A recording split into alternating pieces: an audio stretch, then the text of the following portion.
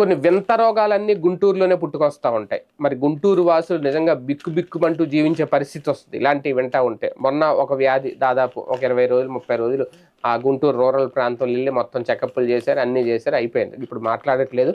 Okay, ఫైనల్గా అక్కడ వ్యర్థ జలాలు కలుషితం అవ్వడం వల్ల అక్కడ దగ్గరలో క్వారీ ఉంది, ఆ నీళ్ళులా రావడం, మంచినీటిలో కలిసిపోవడం వల్ల వచ్చింది ఏదో చెప్పుకొచ్చారు. ఫైనల్గా ఏం జరిగింది ఏంటి అనేది పక్కన పెడితే ఇప్పుడు తాజాగా మరొక అరుదైన రోగం అయితే గుర్తించారట. మరొక అరుదైన వ్యాధి గుర్తించారు, అది కూడా గుంటూరులోనే.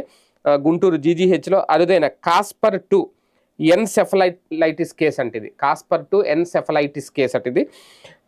గుంటూరు ప్రభుత్వ ఆసుపత్రిలో ఈ అరుదైన కేసును గుర్తించారు. 23 ఏళ్ల యువకుడు డైస్కోమరటోసిస్ అట, సిమెట్రిక్ హెరిడిటీతో పాటు క్యాన్సర్-2 ఆటో ఇమ్యూన్ ఎన్సెఫలైటిస్ వ్యాధితో అతను బాధపడుతున్నట్లు గుర్తించారట. ఈ కారణంగా అతడు చిన్న వయసులోనే శుక్లాలకు గురయ్యాడు. అంటే కంట్లో శుక్లాలు దాదాపు 60 ఏళ్ళ తర్వాత 70 ఏళ్ళ తర్వాత వస్తుంది, కానీ 23 ఏళ్ళకే వచ్చేసినాయట.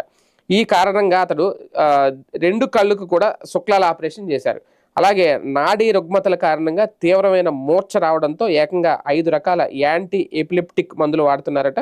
న్యూరాలజీతో పాటు పలు ఇతర వైద్య విభాగాలకు చెందిన డాక్టర్లు కలిసి ఈ యువకుడికి చికిత్స అందిస్తున్నారు. పశ్చిమ గోదావరి జిల్లా వీరవాసంకు చెందిన ఆర్ వెంకట గణేష్ 23 సంవత్సరాలు ఈ నెల 16న చికిత్స కోసం గుంటూరు జీజీహెచ్కి వచ్చారు.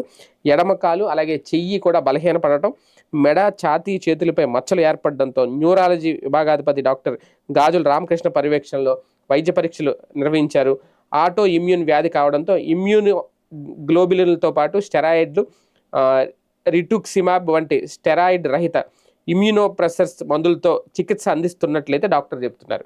గణేష్ తల్లిదండ్రులది మేనరిక వివాహం అని, అందువల్ల కూడా ఈ జన్యు వ్యాధి సోకి ఉంటుంది అని కూడా అనుమానం వ్యక్తం చేస్తున్నారు. మేనరికపు వివాహాలకు దూరంగా ఉండడం మంచిదనే అభిప్రాయం కూడా వ్యక్తం చేస్తున్నారు. ఏదైనా ఇది అరుదైన కాస్పర్-2 ఎన్సెఫలైటిస్ కేసు అట. ఇది చాలా అరుదుగా వస్తూ ఉంటుందట. అది కూడా అతి చిన్న 23 ఏళ్ళు అంటే పెద్ద వయసే ఉంటుంది. అతి చిన్న వయసులో రావడం ఎలాగైనా కాస్తంత దారుణమే.